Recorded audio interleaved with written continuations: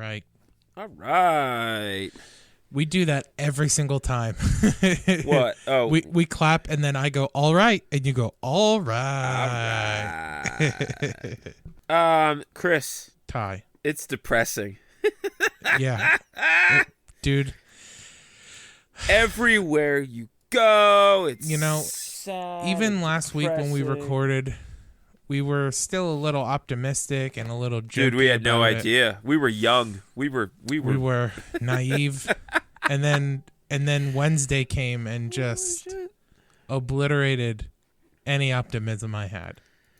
Yeah, you had some news, didn't you? Yeah. I need sure to did. Can you catch me up?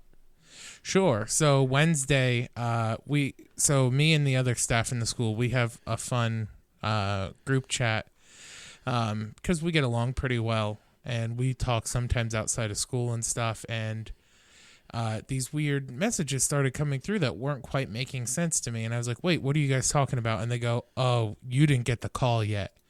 And then 10 minutes later, okay, 10 minutes later, I got the call that our entire school was being laid off until this all blows over, and that the next morning I had to go and turn in all of my equipment, my keys, my badge, everything.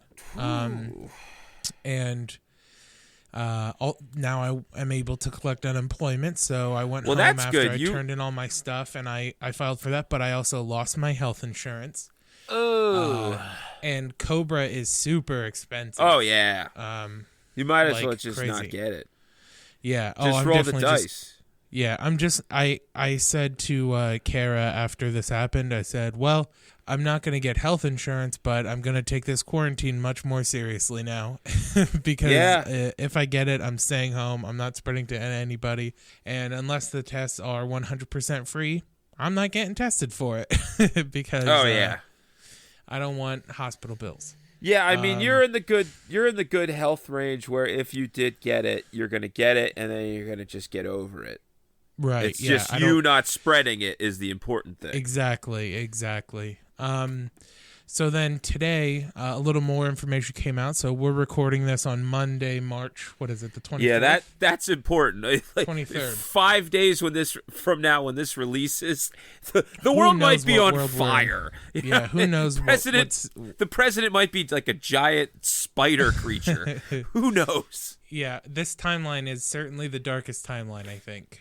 Wow. As of Monday the 23rd, Governor Wolf added a week onto how long the schools are going to be closed. So I'll be out of school until at least April 6th. And so will the boy. The boy will be with me. Yeah. And I was talking to my boss, well, I guess former boss, technically, if I want to be a little morbid about it. But I was talking with my boss about it today, and it turns out that since our school can't afford 1-to-1, and the governor is talking about there being programs put in place for students to be able to still finish out the school year, we may have to 1-to-1 technology is what I was referring to. We may have to actually go to our students' houses and deliver them instruction 1-on-1. Wow. Yeah. What do you mean they can't afford 1-on-1? They can't afford what we're doing right now? They can't afford 1-to-1 laptops. Like, the school cannot afford to provide laptops for every student. Oh, so it's does every student need one? Well, how many kids already have a computer? Yeah, I mean, it's definitely, I'm sure a lot of them. Well, honestly, actually, you'd be surprised. Kids today are mostly iPads. I know, but why can't they use that? My 4-year-old had a video conference tonight. Yeah. At 7:30 at tonight. Caught all his kids from his class. He's 4. He's up there on his computer video conferencing. His teacher read him a book.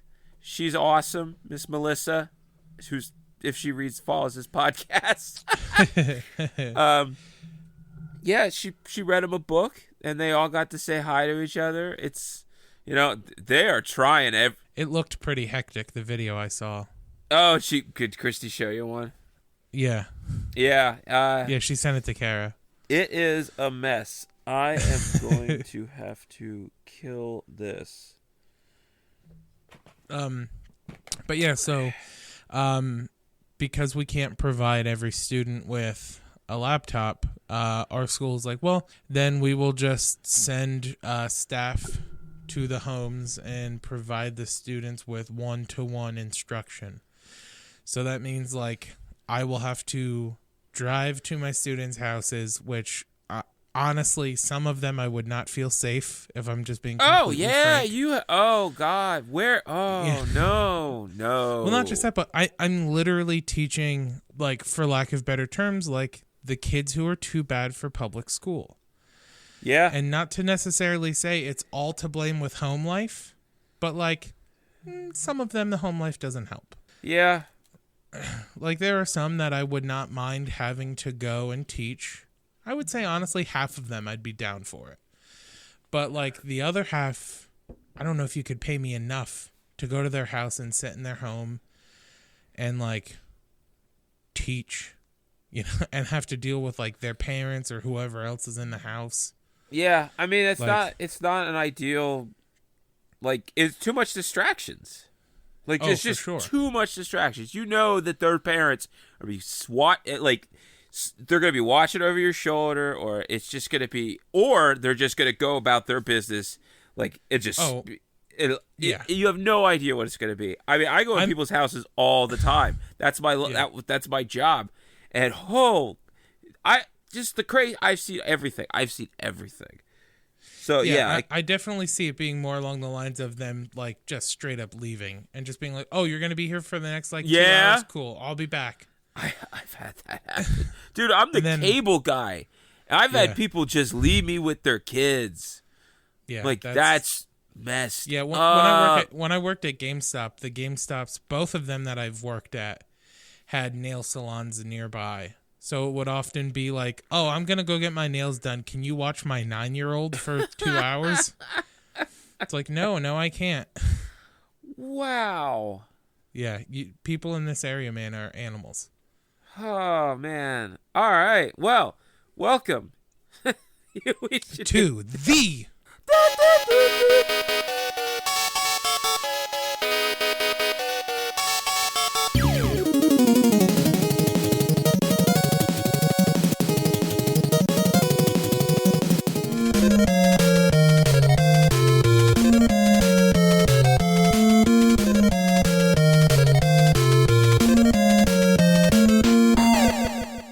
upNup podcast.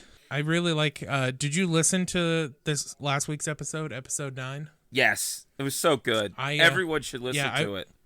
The editing for that one, I don't know if it's the beginning. The beginning was I really nailed it.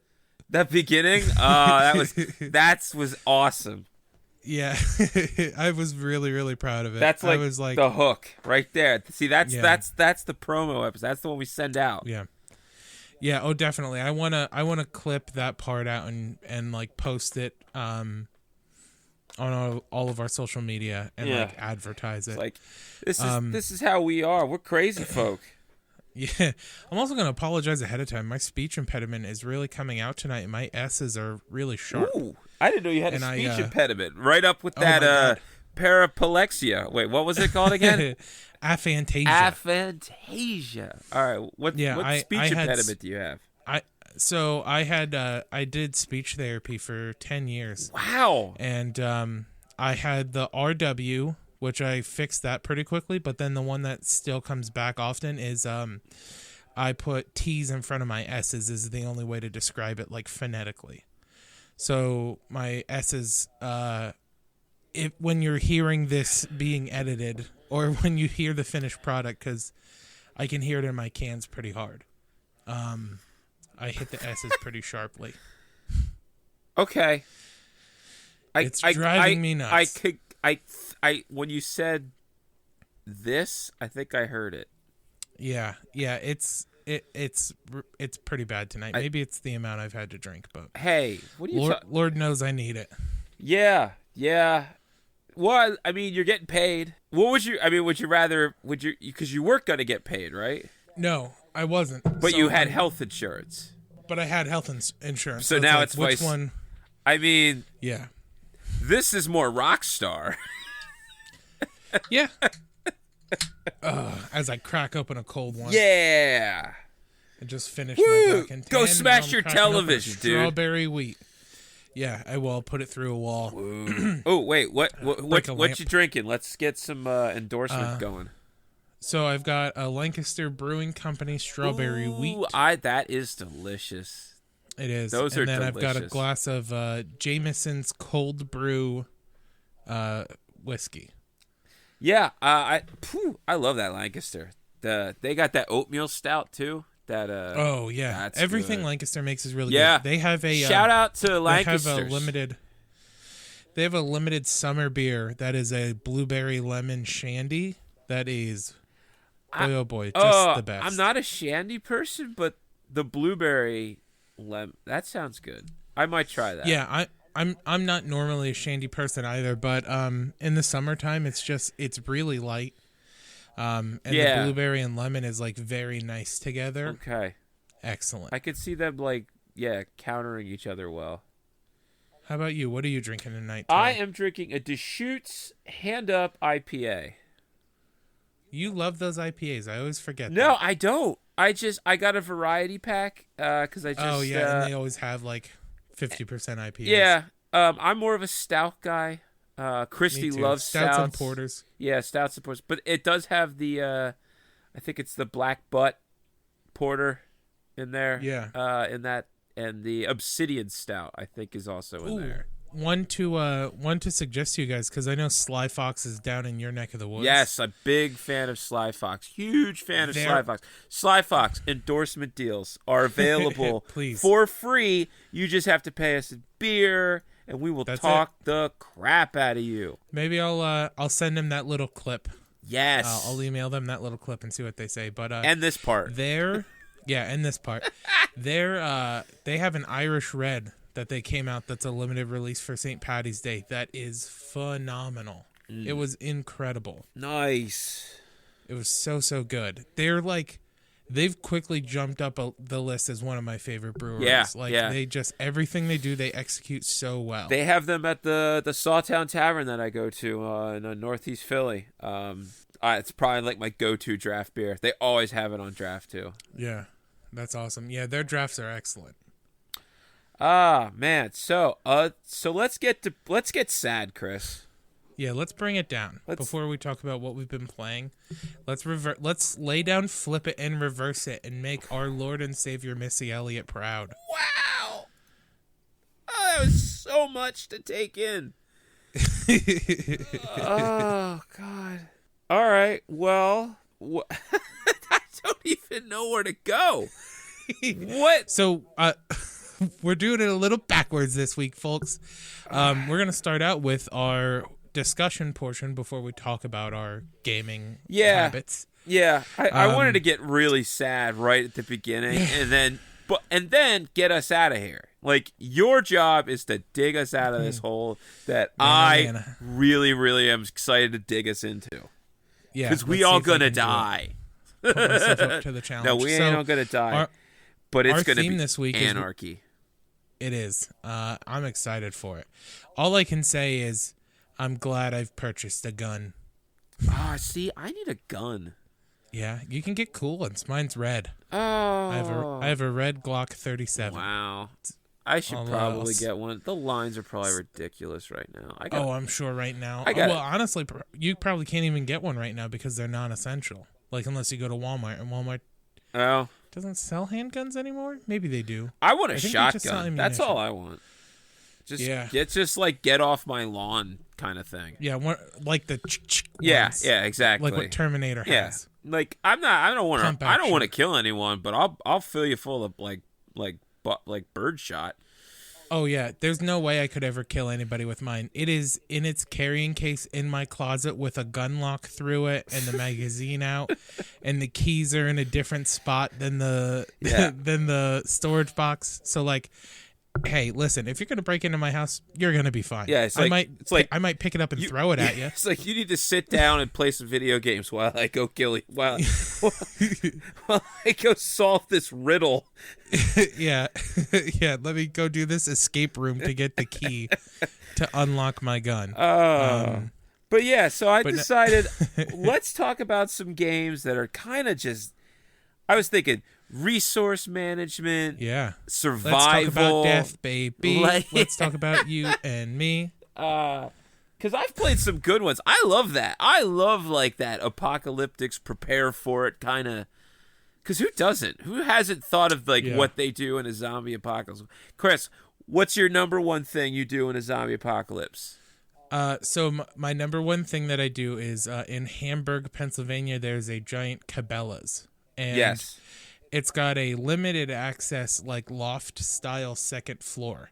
So what I do is I go and I like get all of the guns up to the second floor and then destroy the staircase, but have some sort of removable ladder to get myself up and down.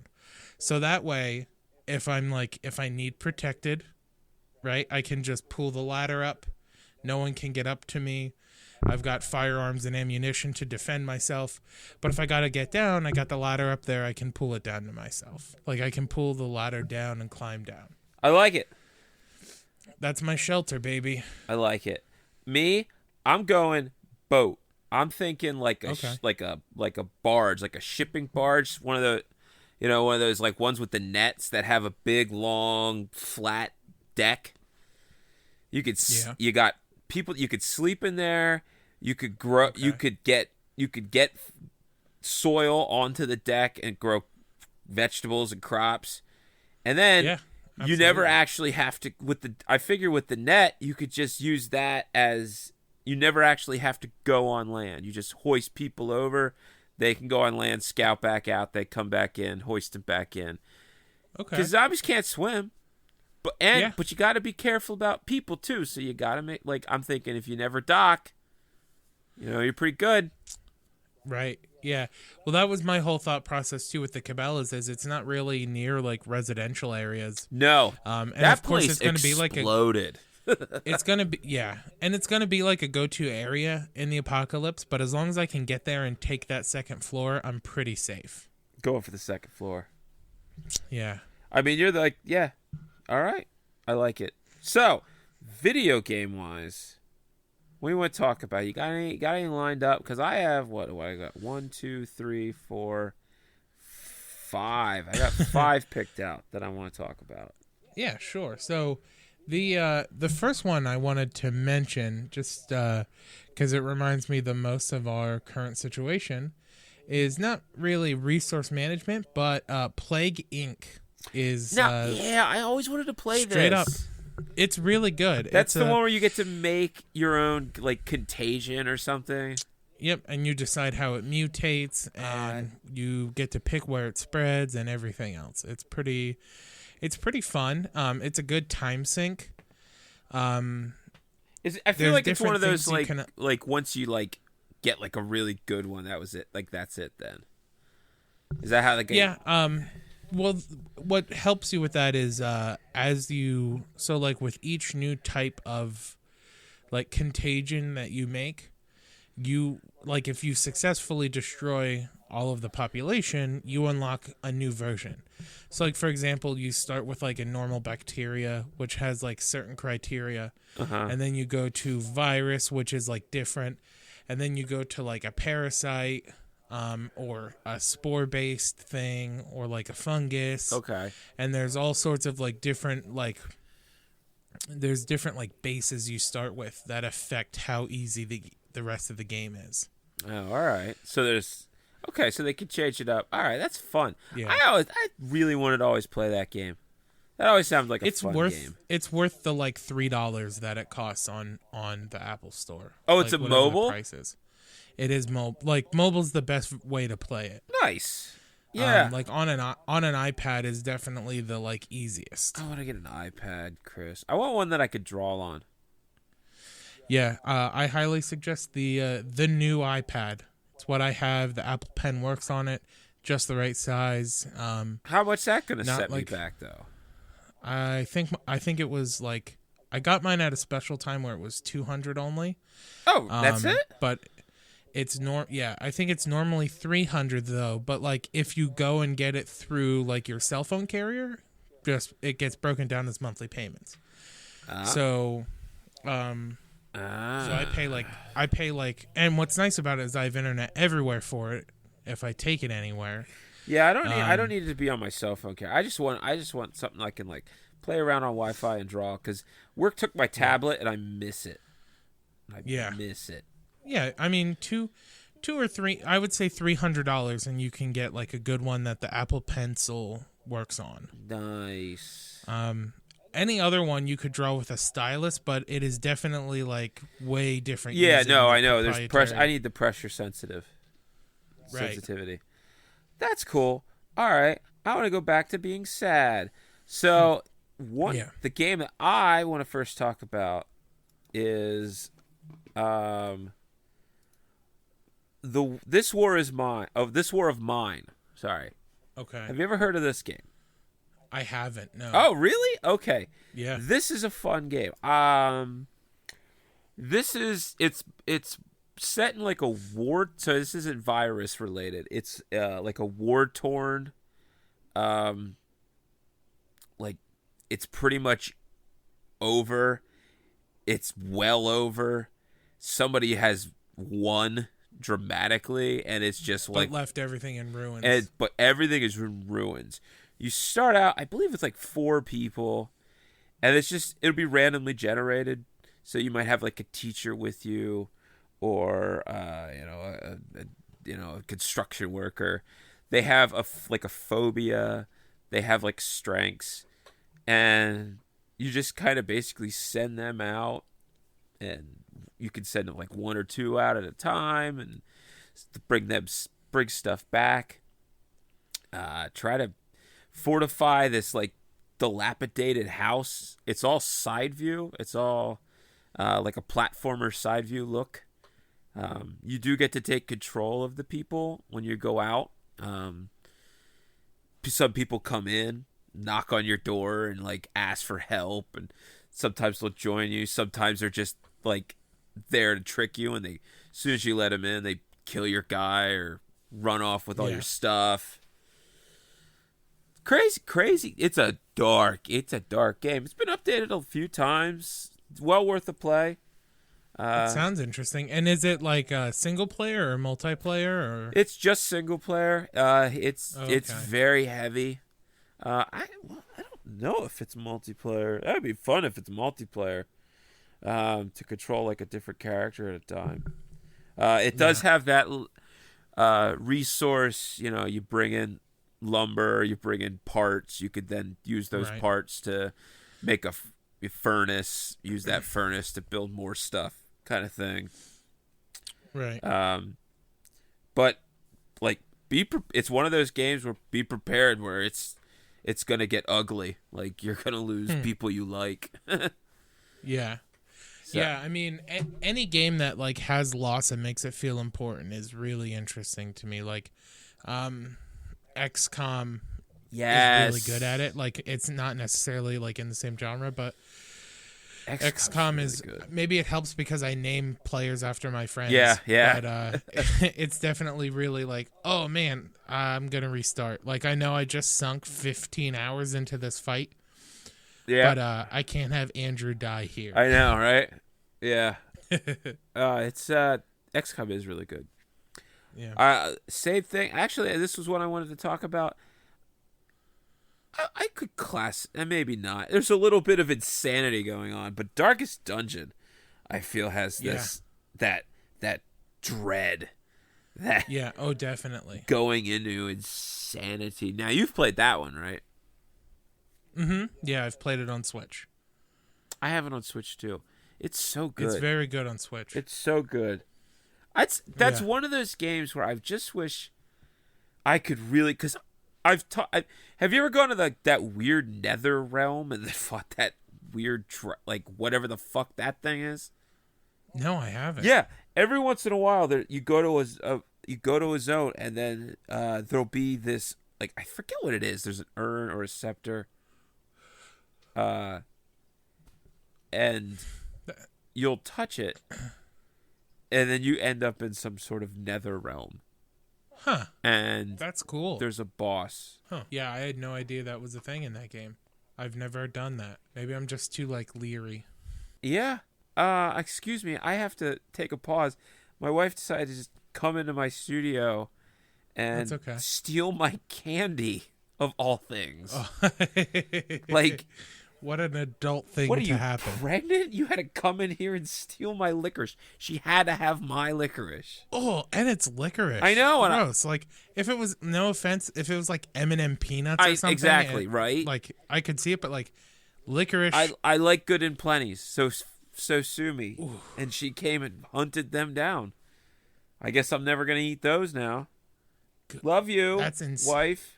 All right, well, back to this podcast. I think you're the only person ever who has uttered the sentence, I like good and plenty. Oh, fuck you. I love my good and plenty. You can go to hell. Yeah, you can go so does my grandmother. You know what? Good and plenties. You want to fucking throw me some love? I will talk the shit out of you. Ty, they don't have the money for sponsorships. Oh, come on. I would be their biggest sponsor. I would. You'd be. Dude, I would wear. I would wear Good and Plenty shirts and hats. Can you send this to Good and Plenty? I will clip this out and I will send it to. Put it on the list. So we got. I think you'll end up in like an asylum or something. Dude, the name of this episode: The Seek for More Sponsors. Yeah. Lord knows we need it right now. No, the search. Is it the search? The search for more sponsors. I like that better. Mm-hmm. Okay. The search for more sponsors. Let me write that down. See, I thought Christy was coming in here to yell at me that I was being too loud. She was looking for the fucking candy. Son of a bitch. She won't listen to this. It's just like I told her about the couch I told her about the couch bit, and she won't listen to this. She knows. She knows the couch sucks. She hates the couch too. Do you know what she secretly thinks? Or what? She well, you know, she blames me that we got the couch because I was just tired of being in that store. And I was just so like, you're just like, this is it. I was just like, is this the one? Is this the fucking couch? All right, let's get it. It's red. You like red. Oh my it's God. big. Fuck God. So it probably was my fault. All right. So back. Welcome after that to the Up and Up. Up and Up podcast. All right, let's get sad again. Let's bring this back down. Give me one, Chris. What do you got? So one thing that I was thinking of is a lot of times in these games, there's two that kind of remind me of each other. But like a lot of these like survival-y kind of games have a very interesting art style. So two that stuck out to me are The Long Dark and The Forest. And then there's the other one. Is it called Fire Tower or something? Is there a game called Fire Tower? Firewatch. Yeah. I always get Firewatch and The Long Dark mixed up, artistically speaking. Okay. But Firewatch is a very story-driven game about, I think, divorce. I think that's or something like that. Like he got broken up, and then I think it's like he kind of fell in love with another person. Okay.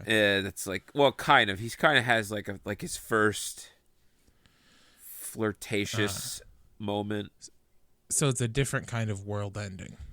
Yeah, exactly. So the Long Dark is one. I don't know if you've ever seen any like gameplays of it, but I've never played it. I've watched people play it, and it is like you play as like a hunter who gets kind of lost in the woods, and you just have to survive until you like find some sort of way out as a rescue. So like there's cabins you come across that you can like stay in for the night. You have to go out and harvest food and stay warm, and like all of that stuff is really heavily monitored. Like you've got multiple gauges that show like what your body temperature is. If your clothes are wet, how wet are they? How hungry are you? Do you have to use the bathroom? All those sorts of things. And like, there's no like monsters in the game. It's just nature that you're up against, and you need to survive. And then the forest. What is that like? What is it like? First person or? Yep, first person. First person. Okay. Yeah, first person, and the art style is very pastel-y, kind of similar to Fortnite almost in the way it looks. Like, it's a little like cartoonish, which makes it a little bit more digestible and not so like stressful. Well, that's not sad or depressing at all.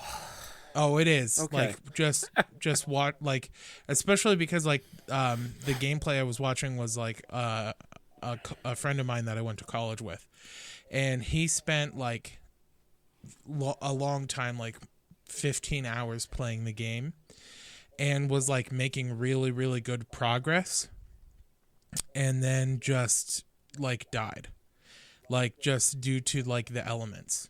Oh no. So like there is like a sense of intensity to it. There's like a sense of like isolation, and the game doesn't have any like music or anything like that.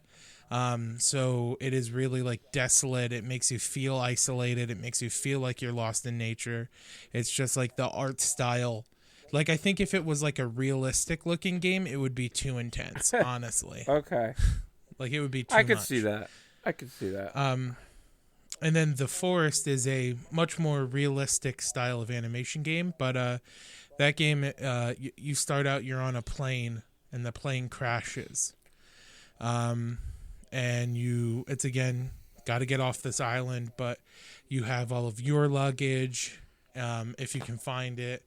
You have the luggage of all the people on the plane, and then you can go scavenge things around the island. And then there's like a paranormal aspect that there's these kind of like vampire-y kind of creatures. I think I've seen this one. Another one, like very intense, heavy resource management, lots of building, lots of like saving things up and deciding, is it more beneficial for me to like use this wood to build a fort or to build another axe, because if I don't have another axe, I can't get more wood, but also it's almost nighttime, so I need shelter. Gotcha. Like that sort of thing. I like that. Yeah. Neat. I think I've seen that one. Yeah. It starts off with the plane, like you're in a plane and it crashes. Yep. I've seen that. Yeah. One that I wanted to talk about is from the Worms guys, Team 17. They made a game called Shelter that I was really into for like a hard month. Because like I got to a point where I think I got over the hump, and then I just felt like I was indestructible, and then it kind of was really cool, and I even rode that high for like a week then after. Nice.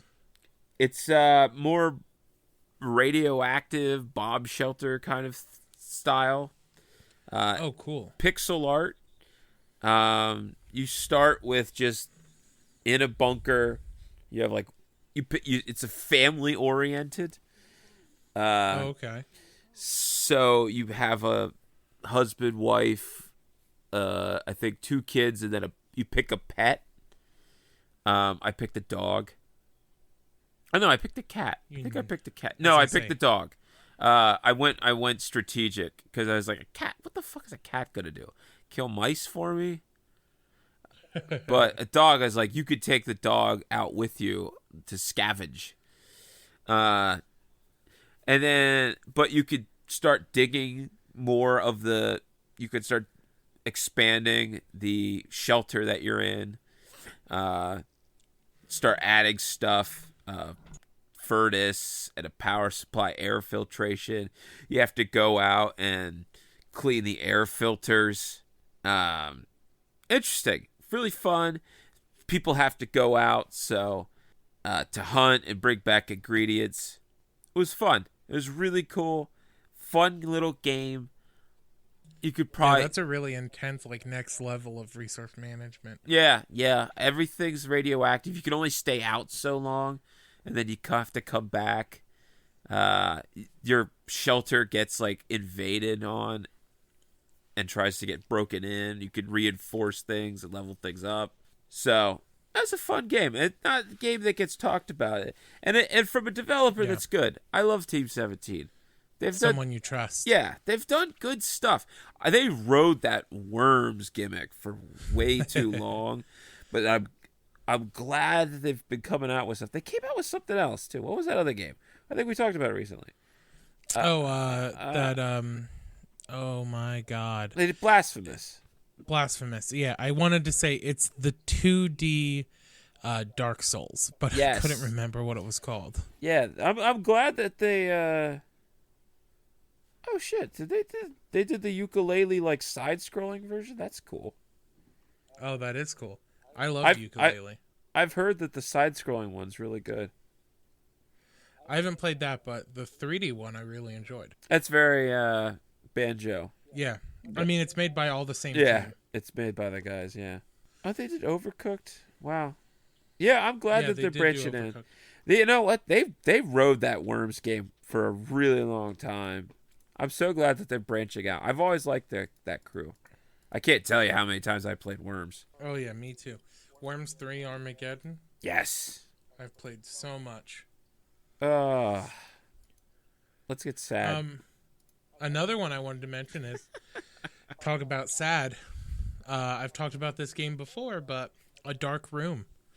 It's another mobile one. That's the text-based game I told you about.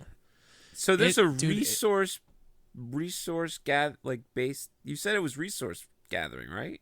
It is really intense resource gathering too. So like, how do you gather resources in a text-based game? Yeah. How do you do that, Chris? So the game happens where it starts with you wake up in a dark room. Do you have a UI? You get like a... Yep, it's just boxes you click on though that say like what you want to do. Okay.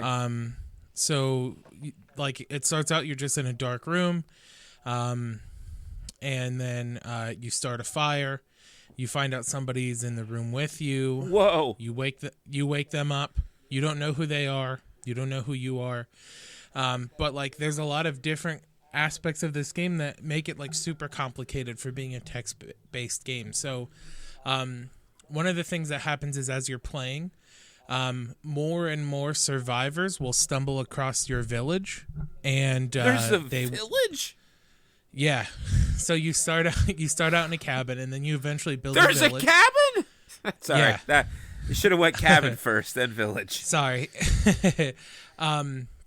It's funnier when you work backwards, where you're shocked that there's a village, but then you're also shocked that there's a cabin. That's where the comedy was, but now you ruined it. So you start out, like I said, in literally a dark room. You find out it's a cabin, and then you build a village, and people come through and like live in your village. And then depending on like how you react to certain situations or how you treat them is how they see you.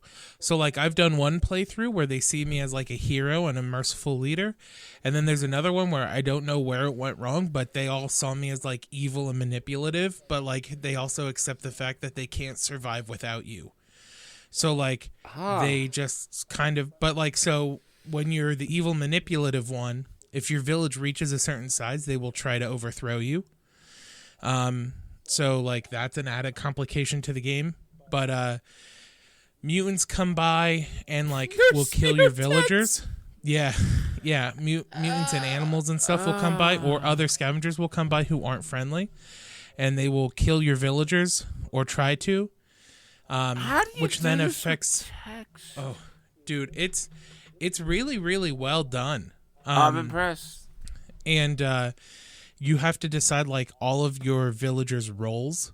So like some people harvest wood, and some people will work in the mine, and some people like do blacksmithing, and like so you spend a lot of the game thinking like, oh, this is like post-apocalyptic or like olden days. And then you start finding like guns, and then you're like, oh, definitely post-apocalyptic. And then you start finding alien technology and unlocking more aspects of like the story that happened. Aliens? Oh, see that? And then, that's where it hit. And then if you find enough alien technology, you can build a spaceship and leave the planet. Get the fuck out the front door. Yeah. And it's all text-based. And there's tons of resources to manage. Like, literally, like when you leave the village to walk around, Chris, you took me places. I had my eyes closed this entire time. It's really crazy. I've gone places. When you first leave the village, there's like a map, like, so you can go exploring when you're not managing the village. When you first start out, the maximum you can go is 10 spaces because your water skin can only hold 10 spaces worth of water. There's a water skin? So you upgrade your stuff and like eventually you can carry more with you. So you start out with like a water skin. How did we go from space to water skin? Yeah. I mean, it's crazy. Get your shit in order. And it's definitely a situation where, like, the first time I played it, like, I feel bad if I've spoiled it for anybody, but I can't imagine anybody's going to just go, you know what? I'm going to try a text-based game. But, like, the first time I played it, it blew my mind when I found out, like, wait a minute, I can build a spaceship? And then what happens when I fly in the spaceship? Like, it's there's a lot involved. Wow. And your resource management is like you have to have enough people hunting so you're not running out of meat faster than your villagers. How much meat does it cost to build a spaceship? Well, a lot, because you have to fly and you have to take jerky with you on the ship because it can't be stuff. So we're doing jerky, but we can build a spaceship. Yeah. All right. Absolutely. Oh my god! It's honestly, it's very good, and it's a solid resource manager game. Papers, please. Yeah, I've heard about that game. I've never played it. Have you never played it? I haven't. It's fun. You get to pass. Is it like an ice agent simulation? Is that too dark? Did I go too dark? I think I went so dark I lost you. I'm back. Okay, you're back. So, papers, please. You get to pass judgment. Kara would love this. You just get to sit there and pass judgment on people. Oh, yeah. Yeah, she would love it. Yep. Basically, you're sitting in a booth, like a toll booth, a border booth. People are presenting papers. They're trying to, I think, flee. We have all the good stuff, and they want some of it. And you're the guy that has to stamp their papers saying that they're allowed to come in and get some of our good stuff. And you basically have a desk, and you can arrange it as you see fit. You have a calendar and all kinds of things, a map. And you could basically, people will come in, they'll be like, I am a war-torn person, and I have this amount of, cargo with me, and I am allowed to go to do this type of job, and then I have to leave. Or I'm bringing my family. I grew up here. I live here. I'm just coming back. Please let me in. No big deal. And you have to look at their passport, and you have to look at their, maybe they have a visa or some sort of extra paperwork, and you have to look at it, check it, make sure the dates are right. And if anything's wrong, you're like, wait a second. This was issued 2 months ago, and you have to catch this stuff. And then basically you have to let people in, let people out, make your calls. Sometimes there's a little wiggle room. Sometimes somebody comes in and they blow up your good stuff. There was terrorists. They got in and you let them in. And then you get fired. So, interesting game. Weird. It has and I don't want it. It's above this, but it has a Game Boy look to it. Yeah, I just looked it up, and it's very old school. Yeah, late 90s, early 2000s PC or Game Boy. Yeah, PC, like Carmen Sandiego. style. Mm-hmm. Like you get the weird, like little interface, but it caught on. Well, interesting, well, fun, well timed. That doesn't make sense. English hard. English not Thai first English language. speak not white. All right. What do we got, Chris? You got another one for me? The last one is one that I've never really, I've never played, but I've really just admired what it was going for, and that's 7 Days to Die. Them just trying to combine that like post-apocalypse survival game with a Minecraft kind of style of like resource management and stuff like that was always something I was like, they tried really hard in what they were doing. It's an A+. It's a good effort. It their all. It's a good effort game. You know what? Effort. That's my last game too. It's a good effort game because I think it's a little too hard. I guess. Okay. I don't know. Don't Starve.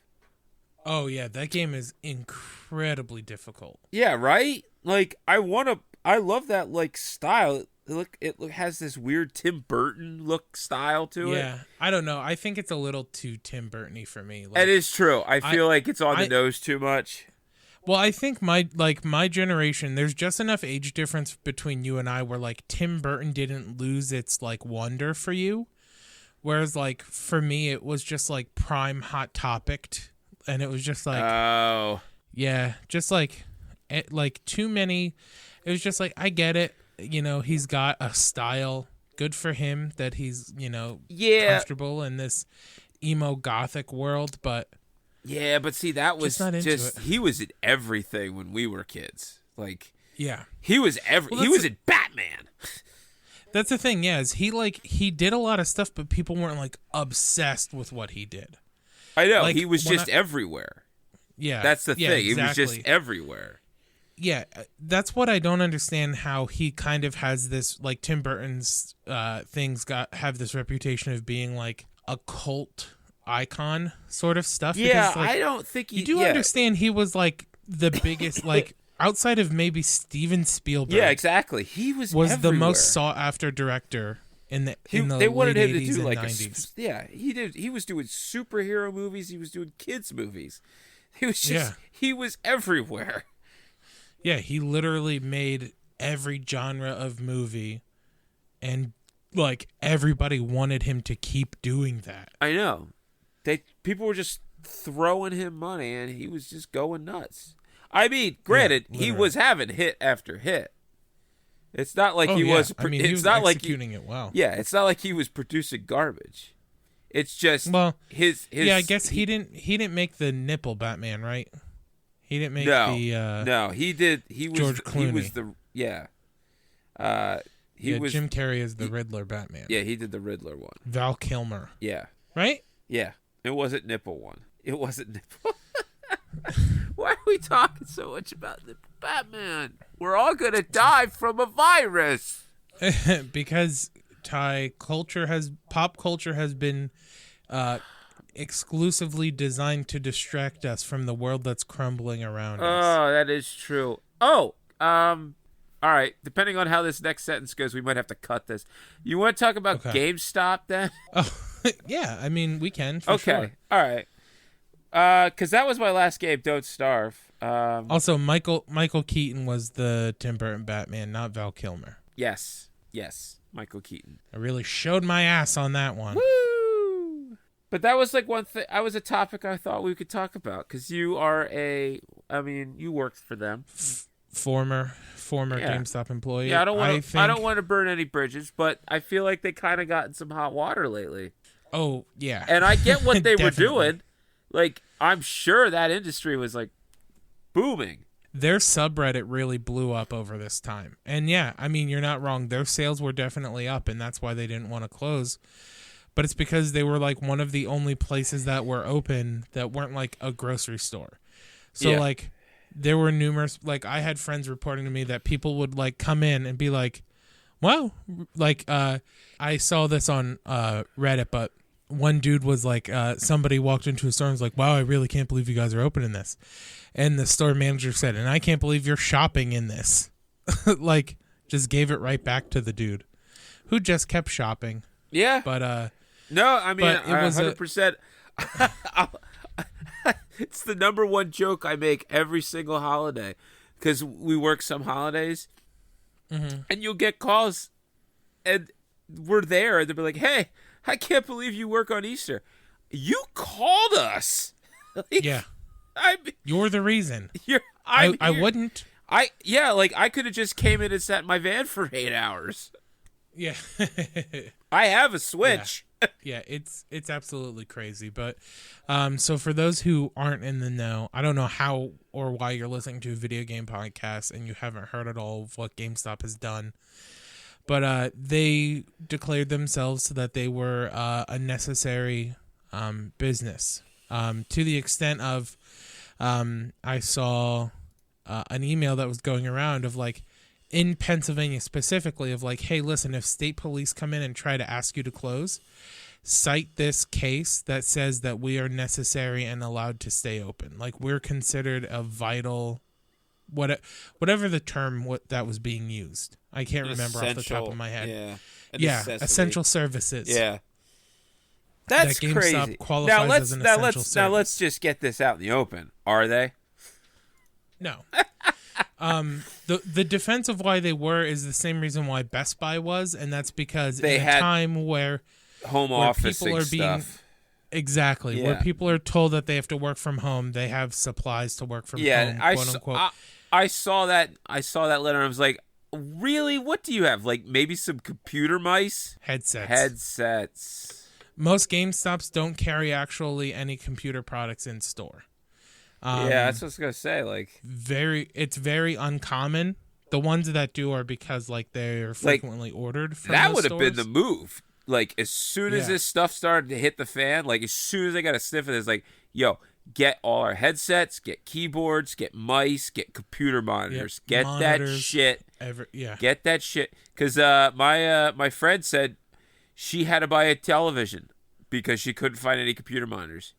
It's like computer monitors out there are just gone. Yeah. So. Yeah, no. I mean, that's definitely the way we were. And so now what happened in Pennsylvania essentially is GameStop continued to ignore the governor's encouragement to close. So Governor Wolf actually temporarily revoked their business license in the state of Pennsylvania, like until further notice. I heard that. So as of Saturday night, they had to be closed, and they cannot open again until the governor reinstates their business license. Talk about checkmate. What's even crazier is in some places, GameStops are still open and doing curbside service. Yes. So you have to go on the app, buy what you want, pay for it on the app, and then pull up to the GameStop, and someone will come outside and give you your game. And on a volunteer basis too. Yeah. I saw. Yeah. Oh man. Well, it's paid volunteerism, but it's still a situation where Yeah. They're getting paid. They're not gonna make anybody come in though. Yeah, they're not forcing anybody to do it, which means it's gonna fall back on the managers. Now I did see it. Now in a positive note, I did see that they are paying people who can't come in. I saw. Yeah. And they're giving a small severance because they don't foresee it being a long thing. Yeah. So they're paying out managers, assistant managers, and SGAs essentially 3.5 weeks salary. Yeah. Like 2 weeks plus a week and a half bonus for working during this time. Gotcha. So they kind of did a little bit to kind of make it right. Yeah. But I also saw a situation where some stores that are closing are going to have some weird, because that was one thing I thought of. There's a store right down the street from my house that is closing. That was in midst of closing. Which that store is probably just not going to reopen. Exactly. What I guess they'll just absorb that material, that product into something else, into their other stores, right? Yep. Redistribute it or send it back to the distribution center. Yeah. There's a central hub in Texas where So what happens at GameStop, for those who don't know, Stays at and, you know, GameStop. I never, I never signed an NDA when I worked there. So sue me, I guess. Try. Hey, I am not a part of this now. Chris Williams is not associated with the upNup podcast, the upNup podcast LLC Corporated. No, so what happens is when you get like returned products, depending on what they are, they have to be. And towards the end of my service at GameStop, my service, like I'm a soldier, stolen valor, if I've ever heard of it. But it used to be. So it used to be anything that was working that you got in as a trade-in in your store, you could sell at your store. And then it started to be, well, accessories you could sell at your store, but systems had to be sent back to make sure they were properly cleared, tested, and all that stuff. So you would like get in trouble, which we had to like initial the boxes when we took in a trade and date them and all that stuff. So there's a central hub in Texas where like everything gets sent back to and then gets redistributed. But then there's also pools that you have to do every Sunday where you, like any surplus of products you have in your store, you have to like take out and send to that central hub to be redistributed, or to send it to other stores specifically that need it. Huh. So you can't have you can't have too much of one thing. Right. Yeah. Gotcha. So like you would have to pool, like, you know, there were some weeks where we would put together like 6 or 7 boxes worth of stuff that we were shipping out of our store to other stores or back to the central hub for them to distribute. It's a lot of moving parts. Right. So that's what's going to happen with those stores that are closing, is they're going to send everything back to that central hub, and then they're going to take a look at the system and like send it back how many out. Funko Pops do these stores need? They're like the wall now. Who's buying these? Funko Pop is the Thai beating babies of that generation. It really is. I say that own as one. somebody who has some. One. I have a shelf full. Ouch. But like they're all. I mean, I get that's like, fine, because you know what? I have like probably 6 Beanie Babies. Right, so. And these are all things that like and I only do like full sets, and there's stuff that I'm a fan of. So like for example, I have the full Toy Story set. I have the full Community that's set. Endearing. See, we're bringing it up. We're bringing it out now. We never even got dark. God damn it. And then like Kara, we got pretty dark, I guess. And then we brought I got Kara the full Little Mermaid set. Wow. It's it's like the stuff that like it's the stuff that like we're really big fans of. I got Kara a Bernie Sanders one when that came out. There's a Bernie Sanders one? There is a Bernie Sanders one. How is it's she taking the fact that that's not happening? We don't know that yet. Come on. There's still room for optimism. We still have almost half the states have to vote. No. And we haven't seen or heard from Joe Biden in quite some time. For all we know, he might have it. Oh my goodness. Honestly, they all could have it. No, it's going to have to get like Buttigieg out again or something. I don't know who's going to be left. Anybody but him. Who's going to be left? They're all dying. They're all going to. Yeah, I mean, with any luck. We'll get Natalie Portman. Yeah, there we go. I'd vote for her. Is that did that joke land? Did that joke land? Isn't she from like Israel? Her dad is yes, Israeli. Okay. I believe. I think but she's not from Israel. That was a Mars attack. That was a Mars attacks joke. That was that was one of the deepest pulls I've ever heard. Okay. I love that movie. I'd be interested to know how many people who listen to us got it. My dad might have gotten that.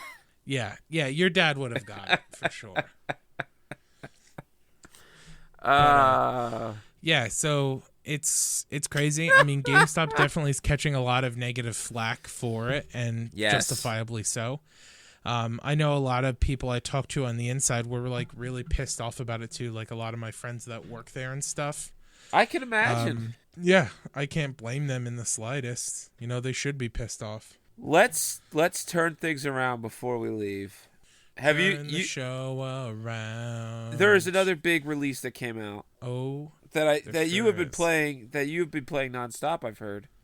Oh, I have. Did Kara tell you? No, I need Oh, you. I okay. need you to like. I'm just not a believer of this game, Chris. Can I? If I got this game, would I be able to play with you?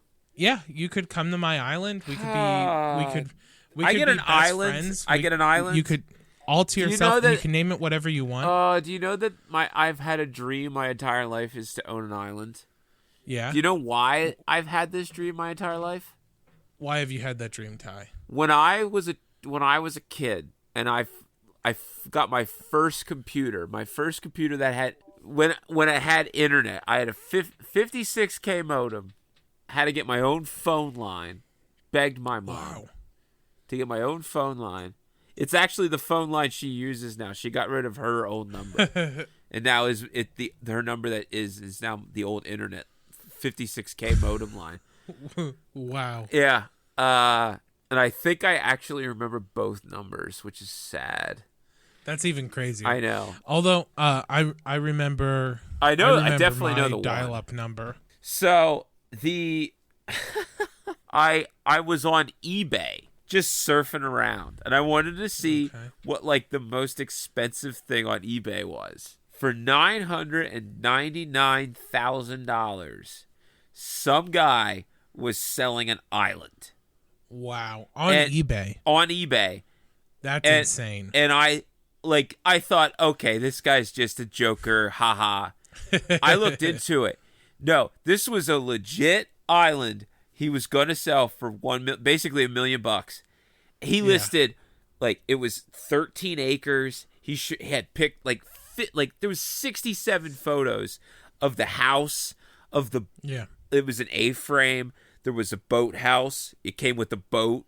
He listed all the animals that has documented, like that live on the island. He knows that there's like 3 families of deer, all this stuff. And I was just, it was paragraphs long, like 20 pages. I got so into this eBay article about this island. I was like, man, $1 million. I could buy my own island and get the fuck away from everybody. And I was like 14. I always wanted an island so bad. So, well, Ty, you can get your very own in Animal oh Crossing. my god, that's really exciting, Chris. What would you name it? Dirt. Okay. DYRT. Okay. Just because I really like the climatic just dirt. Yeah. Dirt. Absolutely. Well, I named mine Juvenile after the rapper Juvenile. Wow. But it's spelled JUVEN space ISLE. Wow. And then on my little passport, my caption is "Back That Ass Up," which is the Juvenile song that everybody knows. I memed hard with this one. Wow. What's even worse, Ty, is once you name the island, that's its name. Oh, you can't change it. Nope. Oh.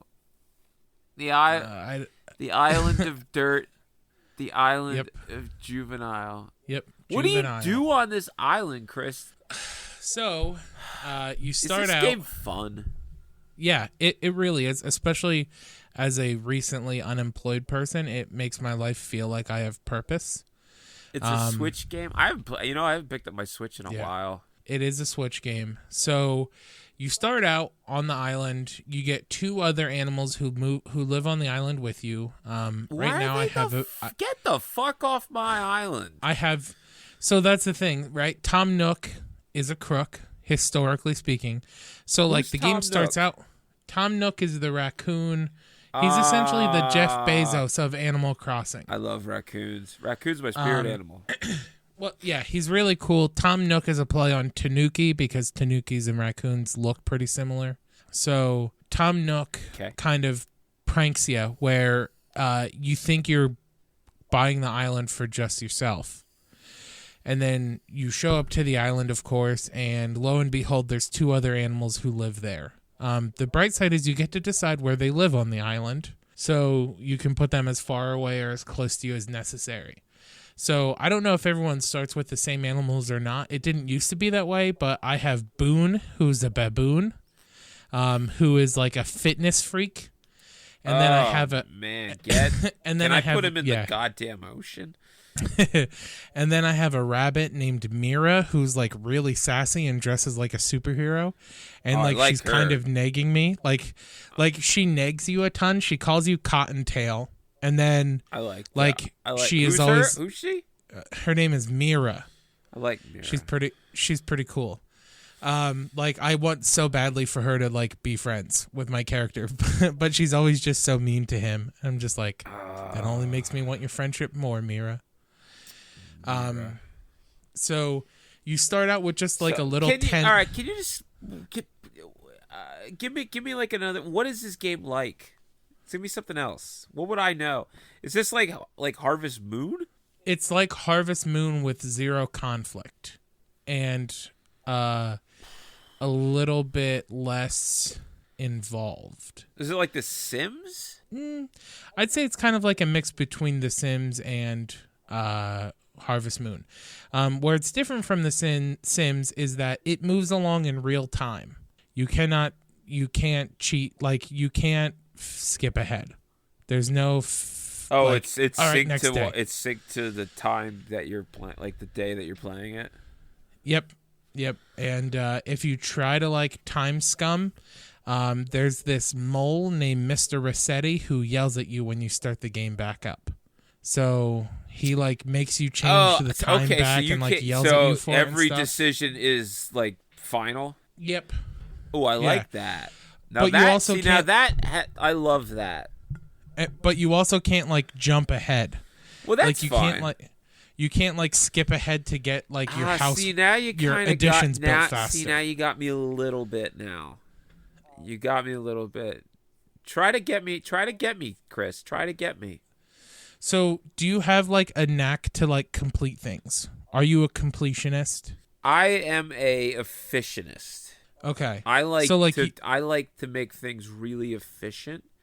And if it's like takes me an hour to get 90%, but it takes me like 2 more hours to get that last 10%, I'll stop at that first hour. Then maybe there might not be a way for me to pitch this game for you. Really? For me, like I'm a completionist. So this game does a really interesting thing where it's got these mini quests called Nook Miles, where it rewards you with spendable miles for getting tasks done.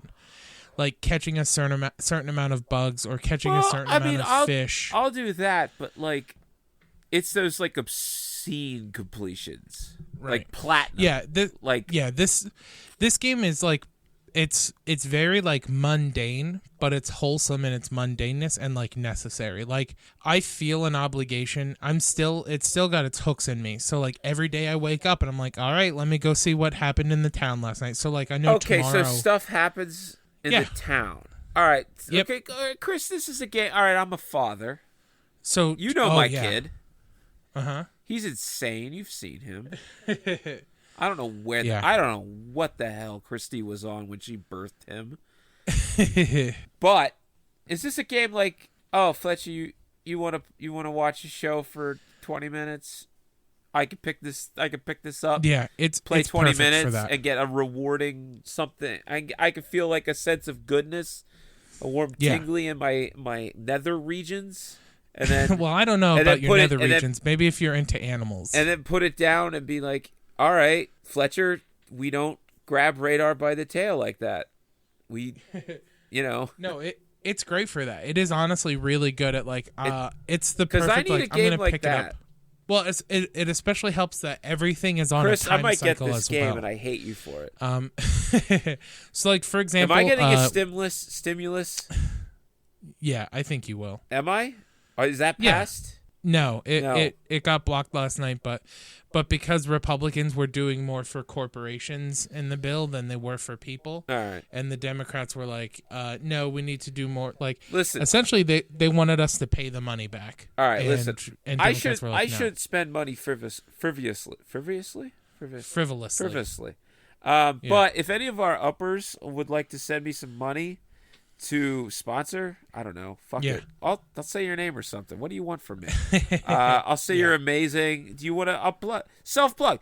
$10. Let's buy me this game. What is this called? What is the full game called again? Animal Crossing New Horizons. I want to get on a New Horizon. I want to have a island of my own. I want to invite Chris over. So here's what's cool about it. Can I make like an evil island? You can theme your island. You can theme your house and your island really any way you want to. Are there like skulls and demons? Devils. There are like spooky things. Like ghosts? Yeah, ghosts and spiders and so I can make like a spooky house? Yeah, you can theme your house. And here's the thing you'll like about it, Ty. You can create your own graphics in the game with pixel art and wear it as clothes or make it as wallpaper and then share it with other people and they can download it. I could make like spooky dripping blood. Yeah, absolutely. Ooh. And like people do pretty good stuff with it. Like there's a lot of people who've like recreated album artwork, or like made different like pieces of artwork. Well, I can make like references posters to and SpongeBob. stuff? Yeah, absolutely. You can make posters and all sorts of things. Wow. I think that's where you'll get really hooked into the art aspect. But here's another cool thing about it. God damn Ty, you, Chris! You're fucking doing it. let's say Fletchy like mellows out. And you trust him enough, and you trust him enough to let him take a shot at it. Oh, sweet. He can live on your island with you. Oh fuck no! I already live in a house with him. You can have multiple profiles on your. I don't need more of him. I don't need him in additional. No, stop. Stop. I'm just saying. Or if Christy wanted to play it, every Switch gets one island. Funnier joke than the first one. I really think Christy would like it because Kara was watching me play it the other day, and I was like, I really think you'd like this. And she goes, I would too, and I would become obsessed with it, and that's why I won't touch it. Christy hates video games. So does Kara. This is not one she would hate. I'm telling you. Like she won't play my Switch. She would never pick it up. She'd see I talk to Christy about video games, and she stares at me. She nods politely. She'd turn the game on, and she would see little Tommy Nook in his apron. You do not know Christy. And she would be like, "Yeah, I'm in." No, she would be 100% checked out as soon as anything cutesy would happen. She hates cutesy. She would but they're animals. She would be more inclined to pick up Doom Eternal. But they're animals, Ty. I think, and they all have their own little personalities. I would love Christy to get into horror games. Yeah, there are so many great horror video games. Oh yeah, Resident Evil would be awesome for her. She would love that. I think that would be too advanced. You think so? Yeah, I on it, and it's gonna be weird. And I know it's not like the greatest. I know it gets ridiculed now at this point because it blew up too big. I really think she would like the Five Nights at Freddy guy like games, because that's more like methodical, more strategic. But there's a really good story there, a cryptic good story if you follow all the games. Oh yeah, definitely. Just something like that, or Amnesia. Amnesia. I think she'd like because there's no like combat. Yeah, exactly. Like, it would have to be a game that's not meant for like skilled gamers because she's not a skilled gamer. Yeah, you know, me neither. Yeah, especially you. No, but Animal Crossing has its hooks in me real hard. It's the only thing giving me purpose currently, honestly. Wow. Well, what? Excuse me, the upNup podcast. Well, besides that, but besides that, first and my foremost, museum opens tomorrow, which I'm really excited for. Wait, my what? museum. So you catch, yeah. So there's a this museum. Owl. Oh, there's this owl I nailed it. That was the one. There's this owl named Blathers, who hears about the species that are on your island, and he comes and he sets up like an expedition tent. And after you find like 15 new things to give him, he's like, this would be a great place to set up a museum. So then once the museum opens up, I can like go put all of my bugs and all my fish and all my fossils on display there and build dinosaur skeletons and go visit my tarantulas and my scorpions and my praying mantises and all of the fish that I catch. And also, too, there's like 6 different kinds of fruit that you have to get on your island, and I only need 2 more. So that's exciting. All right, now you're losing me. You need to shut up. Well, the fruit is how you make money. No. Oh, you're losing me more. Why? Because you got to make money? Because I got to collect fruit? Well, yeah, There was a museum, and now we're back at fruit. Once again, you need to get your orders straight. You harvest the fruit to sell bells. End with museum. So listen though, Ty. You harvest the fruit, right? To sell it for bells. Okay. Bells? Which is their form of currency. Okay. To then buy cooler new things for your house and for your island. You still couldn't end with museum, could you? I'm trying to think if there's anything cooler than the museum. Is there a rocket ship? No, but there are dodo birds who fly you to other islands. That's pretty cool. And has all the game been discovered? That there's no rocket ship? Is there a possibility of a rocket ship? There could be. Okay, leave it open for me, man. Yeah, absolutely. I mean, let the sky, I wouldn't put anything past them. All right, let's put it that way. I appreciate that. But yeah, the museum is really cool, and it's like for somebody like me who has I have a near obsessive compulsive disorder to complete things when given the option. So for me, I love that there's tons of everything is a box that checks off. Literally everything you do gets you a check, and it's so satisfying that's for a your lot brain. Of boxes. Okay. It is, but it feels rewarding. Chris, I might play it. Chris, I think you need to stop. I think you might be. I think you might have done it. I'm gonna at least look at it. Did I mention that there are scorpions? I like scorpions. Scorpions are really cool. There are tarantulas in the game too, and if they bite you, you pass out. I like that. I love passing out. And they're a high value target. If anyone who knows me, I love passing out.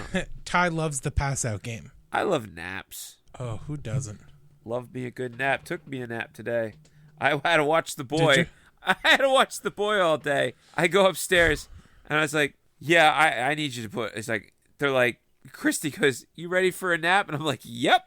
And she's like, I was talking to him. It's like, I don't care. Doesn't matter. The answer is still yes. Going to bed. It must be exhausting. We did have a write-in. I wanted to talk about a game that somebody wrote about because we're all quarantined right now. And I thought it was a really good game that he wrote because it has that feel of how we are right now. And I've heard of this game. I've never played of it, though. Yeah. Anthony Schnapp wrote in a game called They Are Billions. Have you ever heard of this one? The name sounds familiar. Yeah. He describes it a fun RTS game, post-zombie apocalypse. They did just add a campaign mode where you have to retake areas, build up a colony, defend and defeat zombies. It's like Age of Empires, but everything is trying to kill you and everything is already dead. I have seen gameplay of this game and it is intense. Yeah, really fun. One zombie that can slip past your front lines and infect an entire city really fast. It's fun. It can be challenging. Also has a free play mode, and depending on how you choose difficulty, you have a certain amount of days to survive before they send in 1 billion zombies. Wow. Yeah.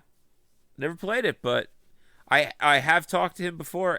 He has brought this game up a few times. So, Age of Empires RTS zombie game. I mean, that kind of is a good sell right there. Yeah, the art style is really cool for that game too, and it looks very interesting. And I remember watching in the gameplay I watched. I think it was a Funhouse gameplay. But as your people they sent scouts out to explore the map, and if you alert the zombies, you're fucked, essentially. That's crazy. Well, I think we're wrapping up here. I thought we could do a new segment throw out some what we found on the internet. Something we'd like to plug. The old, what do we call it? Thumbs up and up. Thumbs up and up. I like it. Yeah. Chris came up with the name. So if you don't like it, it's his fault. But I like it. Ty, I can't believe you've done this to me. Listen, I don't like responsibilities, but I love the name. The thumbs up and up. Thumbs up and up. I thought of the bit, but not of the subject matter. But then I thought of something, and I think we're good. I want to throw a thumbs up and up to Team 4-Star. You may know them from the Dragon Ball Z Abridged shows. If you have not seen the Dragon Ball Z Abridged shows, you need to watch them. They are they essentially just take out all of the charging. Yes, but the comedy in it, the writing is hilarious. It really is. They change so much. They add so much. They condense it. You still get the whole Dragon Ball Z arc, but hilarious writing takes it to whole new levels. The way they make Vegeta is fantastic. They also do a Van Helsing, the anime, which is, I think, almost better than the DBZ because it's a lot more short. It's more condensed, and the way that they could take Alucard to levels is amazing. But they started a new series. They actually they're finished with Dragon Ball Z Abridged. They are now starting new projects, and they're doing a Office style documentary of them working with it as a YouTube station. Ooh. And the first episode is out, and they basically are hiring a new guy. And it's his first day there, and it's pretty good. Give it a shot. Give it a chance. I totally give it a thumbs up and up. You could find them at Team 4-Star on YouTube. That's awesome. I'll definitely check that out. The episode is called Unabridged Episode 1, an unimpressive pilot, and I really liked it. It was good. I laughed a few times. Well filmed. I think they could go places with it. Lord knows I've got time. I'm going to check it out because it sounds very interesting. Yeah, we'll include the link in the description. In the episode description, absolutely. Chris, you have anything you want to give a thumbs up? Yeah. So I just kind of tangentially shout out to Ryan Always, who sent us a message recently about our show. Thank you for the kind words. I try to stay away from like video game news when we do this show, just because like there's so much of that out there. And I thought for my thumbs up and up this week, I would give it to the Inside Gaming YouTube channel. So some of you might be familiar with it. Years ago, it was run by the people who it was part of Machinima, and was run by the people who became Funhouse. So then Inside Gaming went under. Those people left Machinima, and then they made Funhouse. Well, when Machinima went under, the dudes over at Funhouse bought it back, and didn't keep it for long, but just kind of bought the rights to it, and bought the rights to The Know, which was another gaming news channel on YouTube done by remember Machinima. That slightly, yeah. And they are very funny people over there. They're doing a lot of good work though with their like gaming journalism.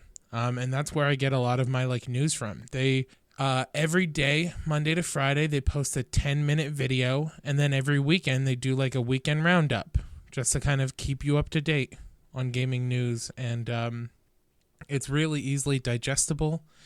And it helps that they are like truly funny people. Like, I mean, if it's not your sense of humor, of course, it's going to miss with you. But for me, it hits every time. Like, there's never a joke that they go for that doesn't land with me. I'm just a big fan of what they do. And they're honestly one of the reasons why I don't want to do gaming news because I know I can't do it justice like they do. Yeah. And they deserve a thumbs up and up. Bam! We got it. I was thinking we should intro it like the intro to the podcast where but instead of we go thumbs up and up. I like it. So now some self plugs. Anything you got going on? Self plugs. I'm sorry. No. All of my shows have canceled. All of my jobs canceled. All of my life canceled. I'm probably gonna go take a shit tonight. That's about it. Oh, I've been holding a shit in this entire episode.